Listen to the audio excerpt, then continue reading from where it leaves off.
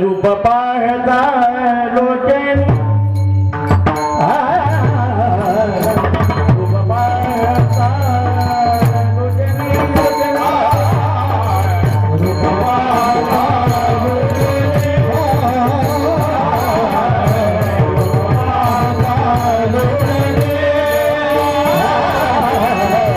रूप पाहता लोचन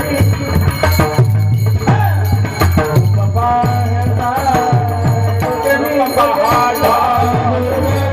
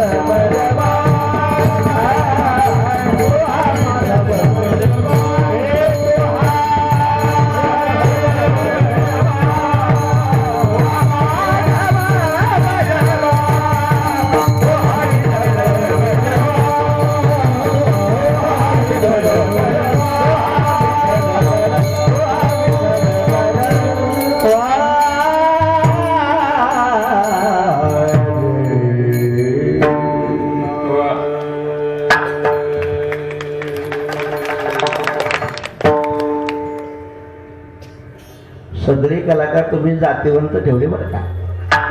फक्त कीर्तन करत चुकीचं लागलं. जय जय राम कृष्ण.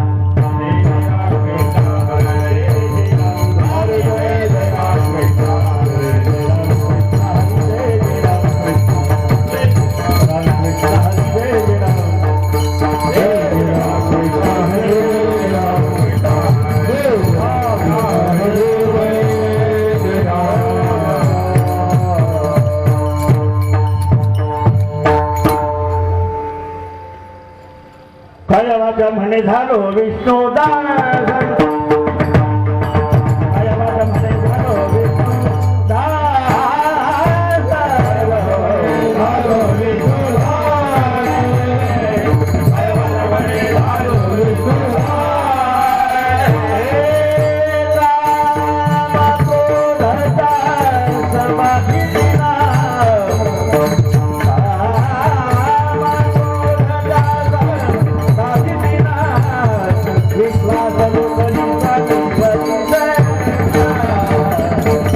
झालो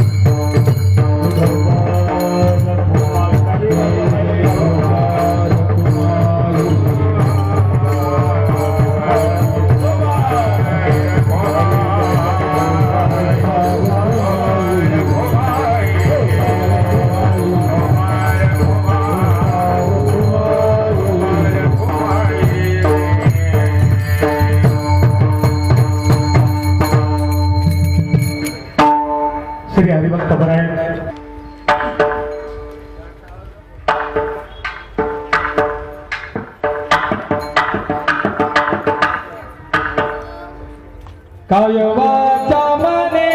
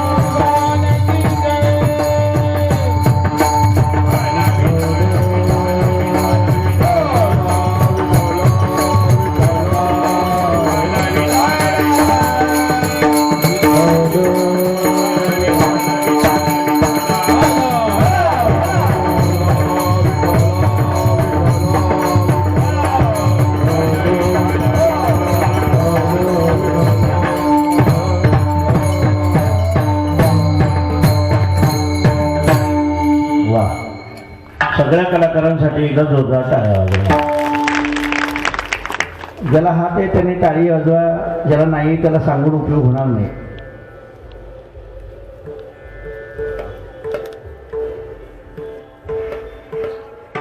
क्रोधता सपाधी दिना विश्वास जो करी स्वामीवरी सत्ता सखळ भोगिता होयतात. तुका म्हणे चित्त तुका म्हणे चित्त करारे निर्मळ येवोनी गोपाळ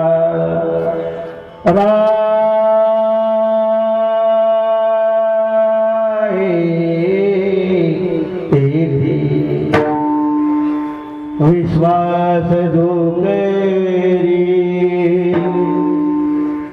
स्वामीवरी सत्ता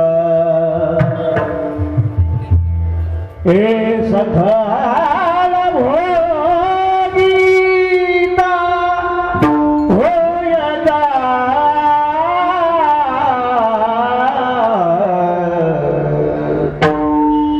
श्री पंढरी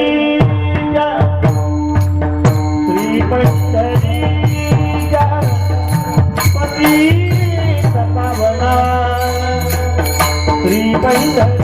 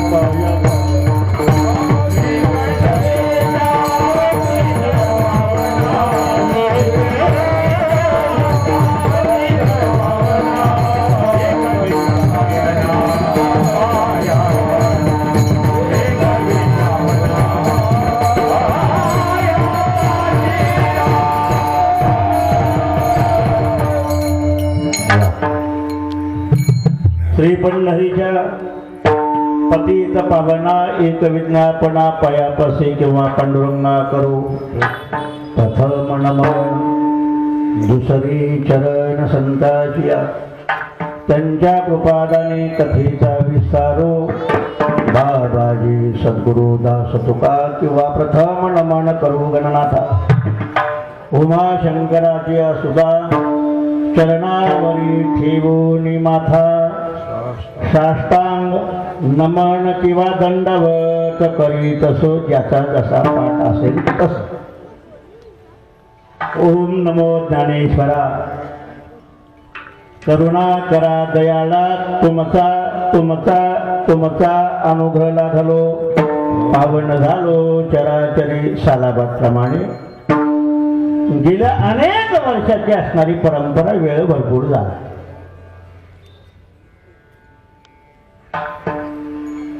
धर्मजल करत करत करत आपण 26 वर्ष झाले महाराज. 2 तप उलटून गेली. एकदा जोरदार टाळ्या वाजवा या मंडळासाठी. आपलं दुर्भाग्य असं आहे चांगल्या कार्यासाठी आपण टाळ्या वाजवत नाही. 26 वर्षाची असणारी तपश्चर्या यासाठी केला होता यासाठी केला होता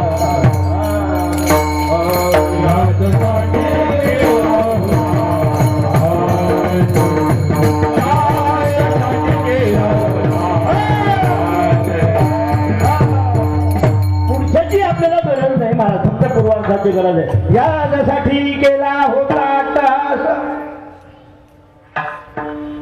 येथे वडील जे जे करती तया नाम धर्म ठेविती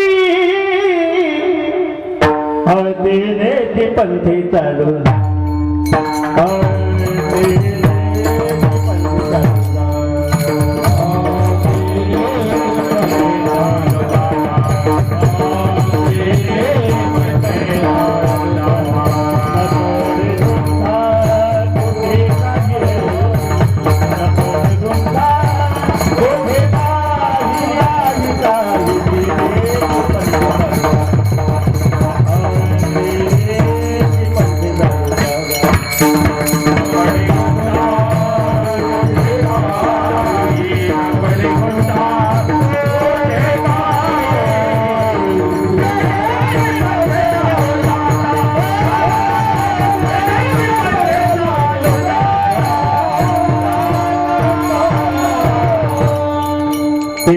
पंथे चालू जाता न पडे गुंथा कोठे काही गेल्या अनेक वर्षाची असणारी तपश्चर्या गेली 26 वर्ष या साधनेला झाली.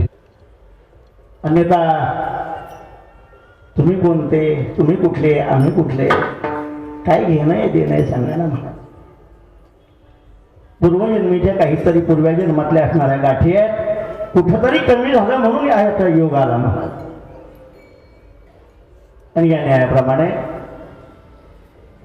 परमश्री परमसध्ये आपल्या परिसराचं भूषण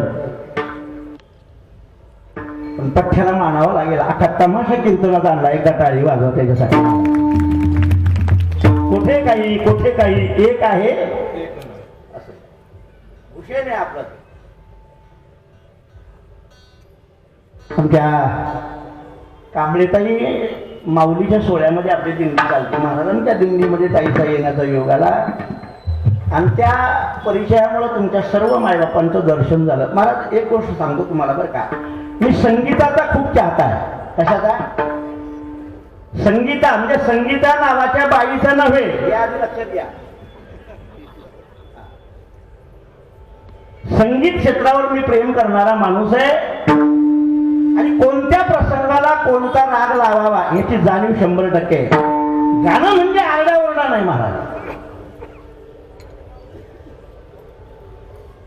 किती गाणी गायली भीमसेन जोशींनी महाराज. पुन्हा ऐसे होणे ढगाला लागली तर किती येते हो. ऐका, आमचे गुरुजी नेहमी सांगायचे, लोखंडाचा ट्रक घेऊन फिरण्यापेक्षा, भंगाराचा ट्रक घेऊन फिरण्यापेक्षा 1 तोळाभर सोनं घेऊन फिरा, जीवनाचं सोनं होय.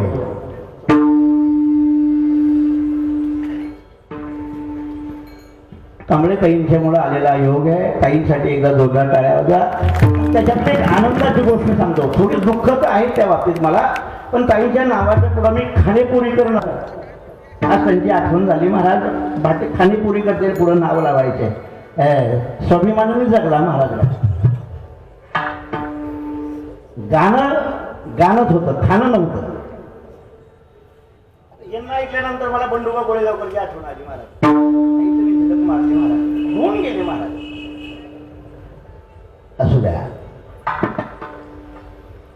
या मंडळाची असणारे वेळेसाठी 1 तास उरला खटवांगर आहे ही अशी म्हणण्याची वेळ राहिली नाही, कारण 9 वाजून 25 मिनिटं झाली, 10 वाजता कीर्तन संपवायचे. काय सांगायचं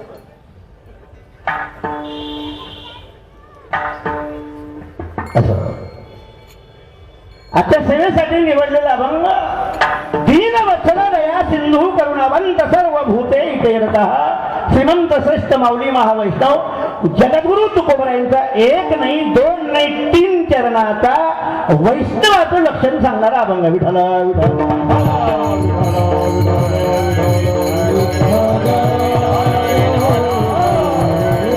अभंग माझ्या तुकोबरायांचा.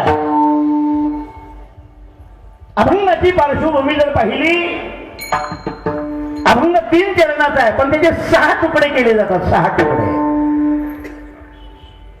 अभंगाचा पूर्वार्ध आपल्याला दाखवतो काय करायचं, आणि अभंगाचा उत्तरार्ध आपल्याला दाखवतो ते केल्यानंतर काय प्राप्त होणार. एखादी गोष्ट आपण करत असेल आणि त्याचा परिणाम जर आपल्याला कळत नसेल तर ते करून काय उपयोगाची आहे का. मी समजा सकाळी मुंबईला बसलो, आज कीर्तन होऊन जरी गेलं तरी मी पोचलो नाही, समजा तर नक्की औरंगाबादच्याच गाडीत बसला का पाकिस्तानच्या. सुकलिया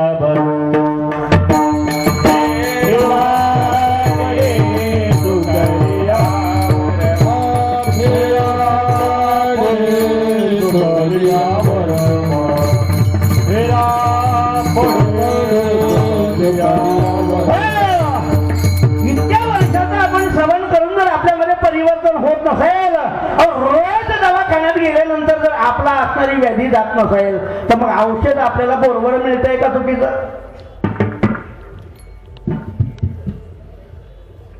भूमिका मांडून जातो तुमच्या समोर. चालतंय ना, खडतर बोलणारा माणूस आहे, मी सडेतोड बोलणारा माणूस आहे. इसगाव तिसगाव पठ्ठ्याला 36 गाव वशिले लावून कीर्तन करणं हा माझा धर्म आहे. कारण मी कलाकार माणूस आहे, हौशी आहे, आणि पहिलं एवढं गायला मिळायचं नाही म्हणून कंबर बांधली. काही घेणं नाही देणं नाही.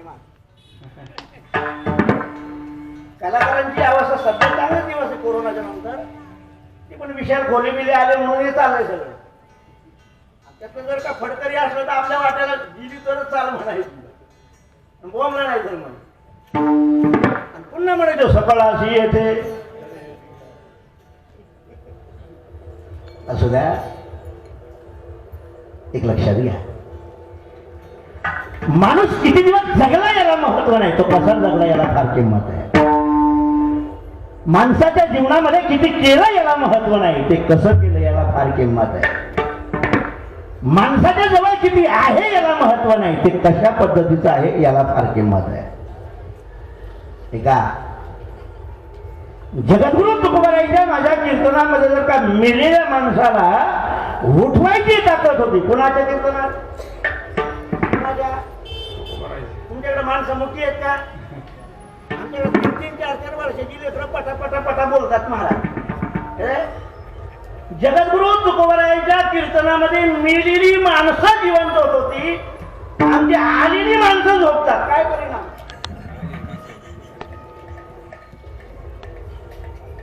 कसं परिवर्तन होईल सांगा ना. ऐका, जगद्गुरु तुकोबारायांचा अधिकार जर पाहिला ना महाराज, सांगून जातो मी. सासू सुनांच्या गोष्टी सांगणारा कीर्तनकार नाही. आम्हाला सासू सुना सांगायची वेळ आली तर मी कंबर सोडून देईल महाराज, कारण मी पैशासाठी कीर्तन करत नाही, मी हौशी म्हणून फिरतो महाराज. ज्या दिवशी मला पैसे ठरवायची वेळ येईल त्या दिवशी कंबर बांधून घरी बसेल महाराज. असं कारण आहे, मला छंद आहे. जो माणूस लोकात नाही वावरला त्याला घरात बसून चालत नाही, म्हणून हा एवढा कुटाणा करायचा. आमच्या संसारिकाची विचार करण्याची शैली बघा कशी आहे. जगद्गुरु तुकोबाराय भंडाऱ्या डोंगरावर जात होते महाराज. भंडाऱ्या डोंगरावर नित्य नेमाने जायचे, आणि जात असताना एका शेताच्या मधून जात असताना एका साईडला ऊसाचं शेत होतं आणि एका साईडला ज्वारीचं शेत होतं.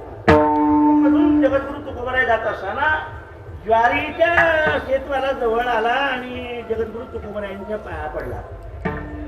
श्री संताची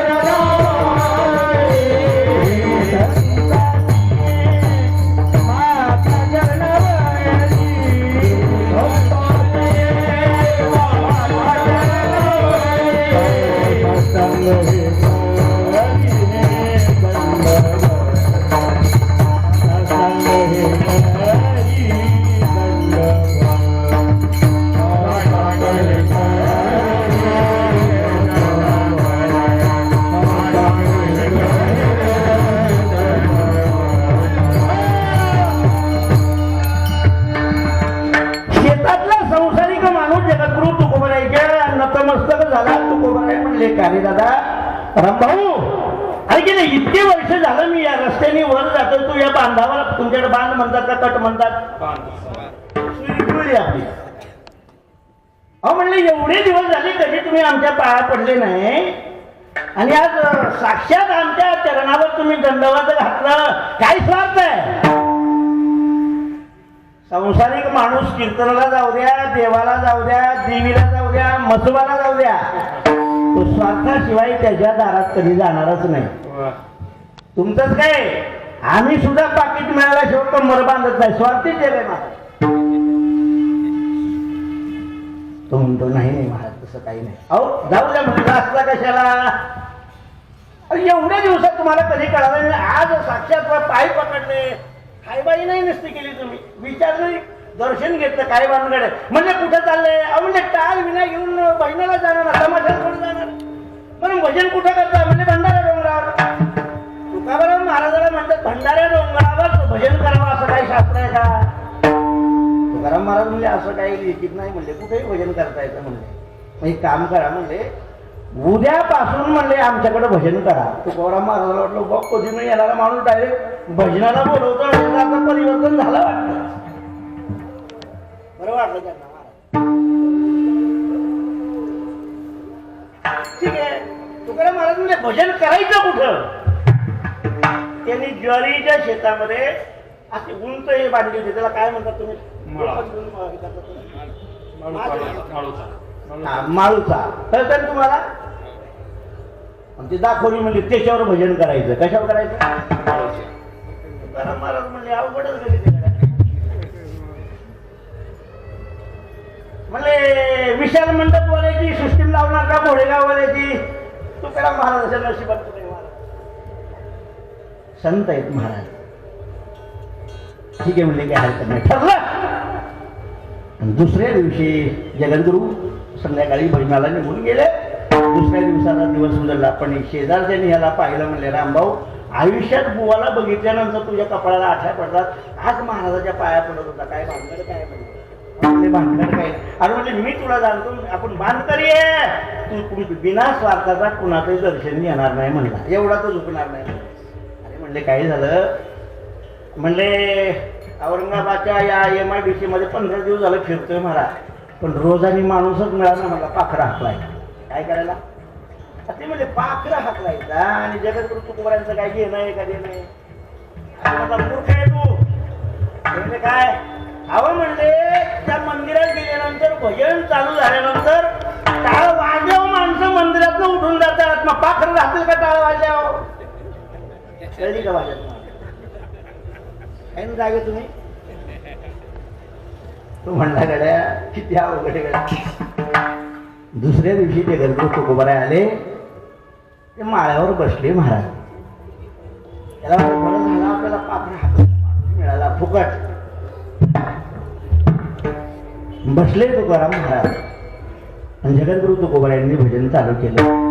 बोलावा विठ्ठल बोलावा पाहावा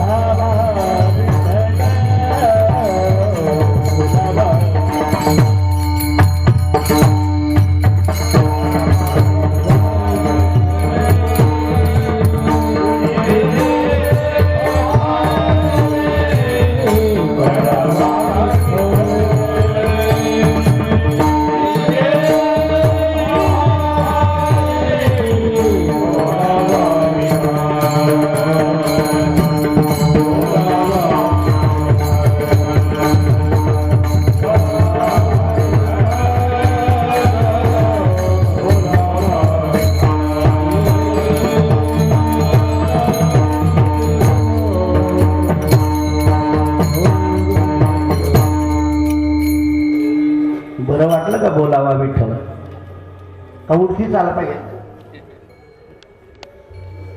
जगद्गुरु तुकोबाराय भजन चालू तर डोळे मिटले.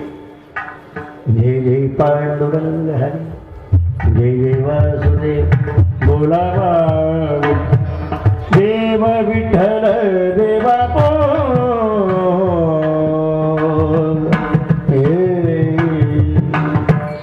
माझ्या कलरवर जाऊ नका. जगद्गुरु तुकोबारायांनी डोळे मिटले. भजन चालू झालं. संसारिकांनी शेताच्या मालकांनी बघितलं म्हणले पाखरं हाकलण्यासाठी आणलेला गडी भजन चालू झालेलं आहे. किती पाखरं उडून गेली बघायला लागला महाराज. एवढं चरित्र घरी घेऊन जा तुमचं सोनं होईल महाराज संसाराचं. संतांचं चरित्र आणि आपलं संसारिकाच्या कहाण्या. जगद्गुरु तुकोबारायांचं भजन चालू झालं आणि भरा भरा भरा भरा भरा पाखरं येऊन बसायला लागली ताटावर महाराज. बघता बघता बघता ती ताटा अशी वाकली महाराज वाकली. रोज बघितलं तर एक नाही तर दोन पक्षी त्या ताटावर असायचे ज्वारीच्या कणसावर. पण आज कणस वाकली महाराज. याला चक्करच आली म्हणला गाड्या आता दाणारा हात नाही गाड्या. आपली अक्कलच आपल्याला पुसली. चक्कर येऊन खाली पडला. काही वेळाने शुद्धीवर राहिला. म्हणला काय एखादा दाना तर राहिला का बघावं बायकोला सांगायला. नीट पाहिलं महाराज तर असणारी ताट त्याच्यावर बसलेले पक्षी असे डोलत होते डोलत होते डोलत होते. वृक्षवल्ली